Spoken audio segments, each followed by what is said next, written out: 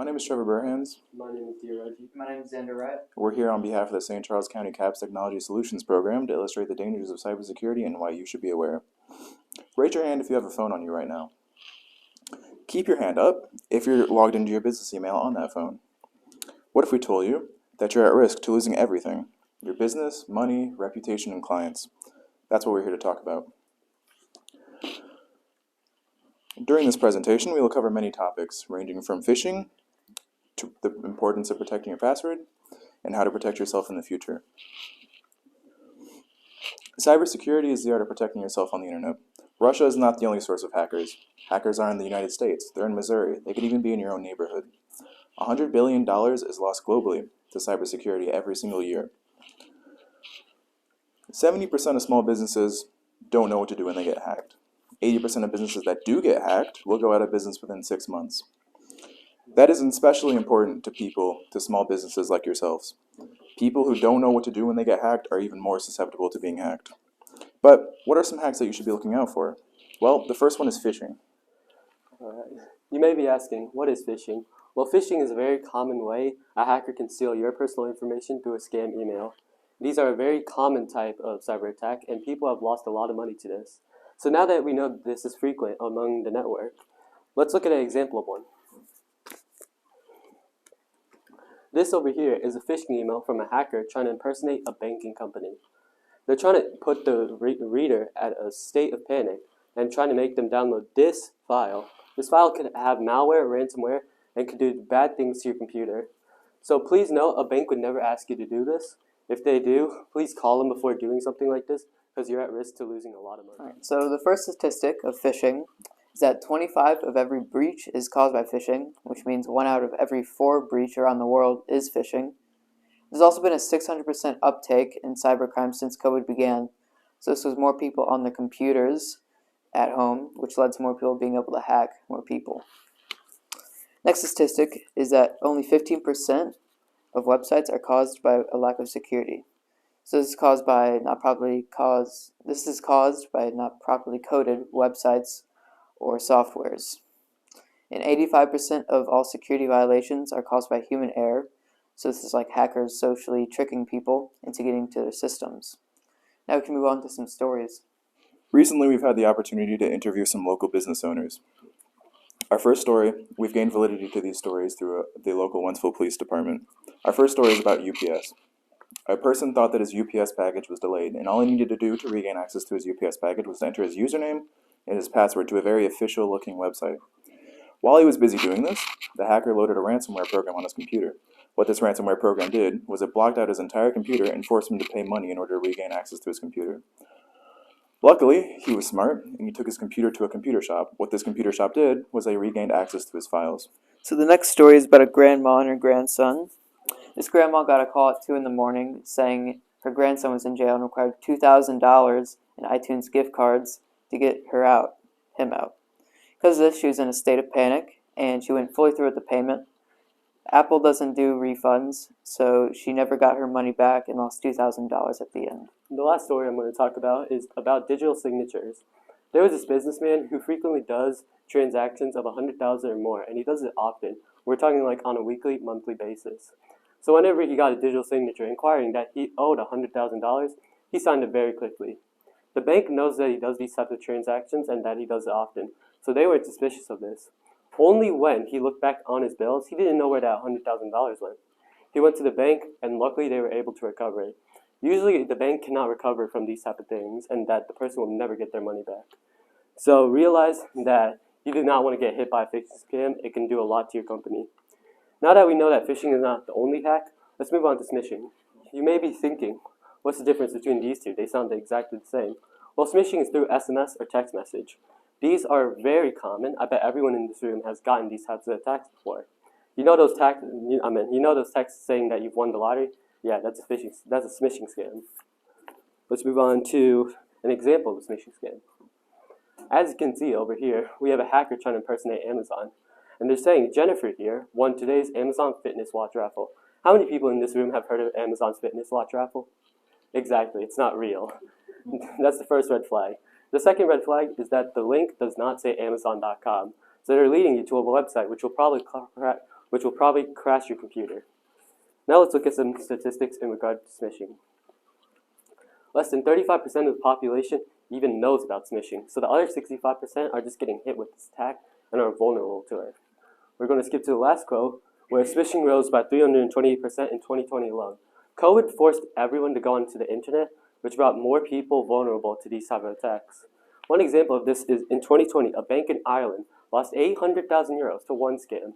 Think of that. That's one scam. Imagine what the rest of that 65% does and how many people lost money.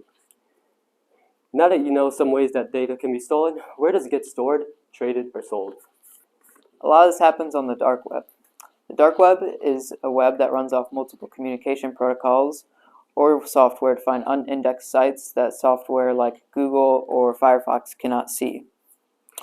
There's a stereotype that people often refer to the dark web as an illegal place where things like selling of legal items or more malicious activities happen, but it's used for more things like file sharing, news media, and discussion forums. This is a pie chart of the common dark web uses this year, and the first two are file sharing and leaked data.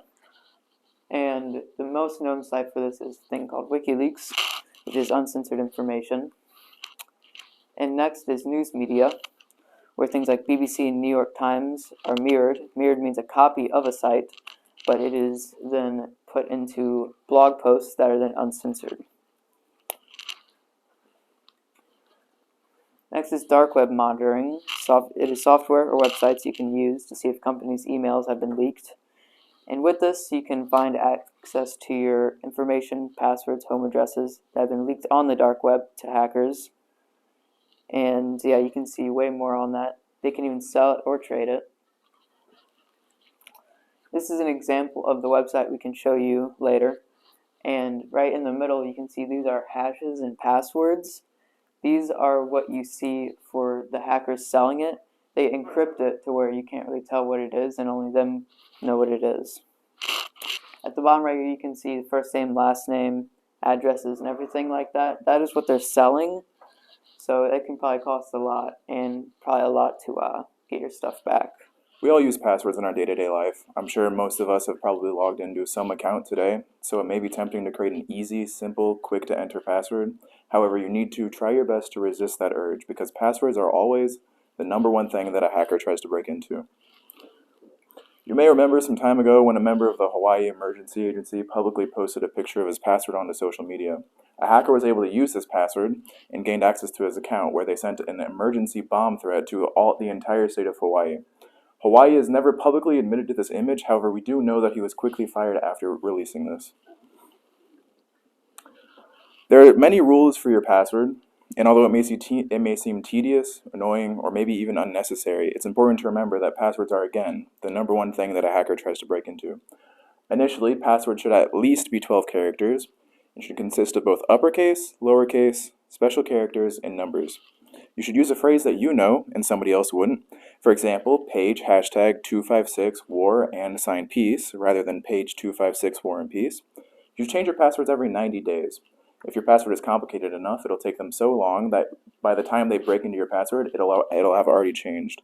Safe password managers do exist, and your IT provider should be able to provide you with one.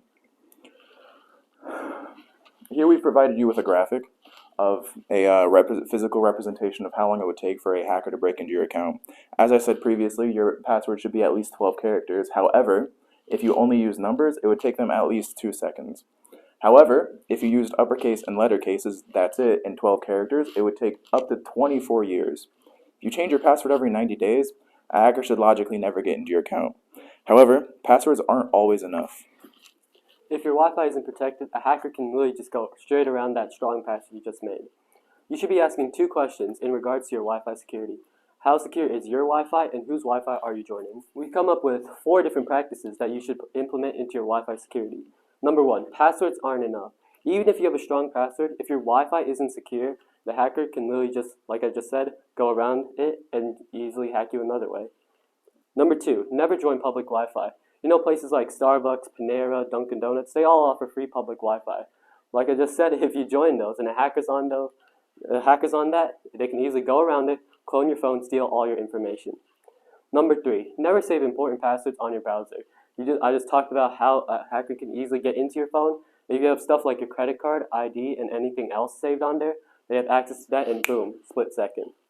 Number 4, always have a guest Wi-Fi. You might be secure yourself, but you know many people in this world aren't. So why would you want them on the same network that controls you and your business?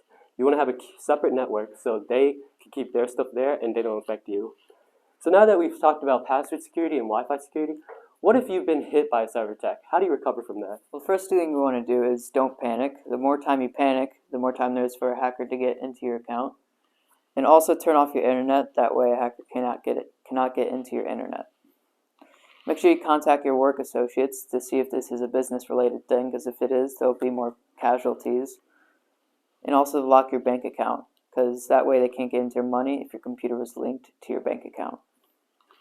Next, take it to a computer IT shop. They probably know way more than you, so they're going to be able to fix it way easily. And then for this slide, the last thing is don't install an antivirus, because it'll just give them way more time to get into your stuff. Now that you know how to recover, here's how you protect yourself.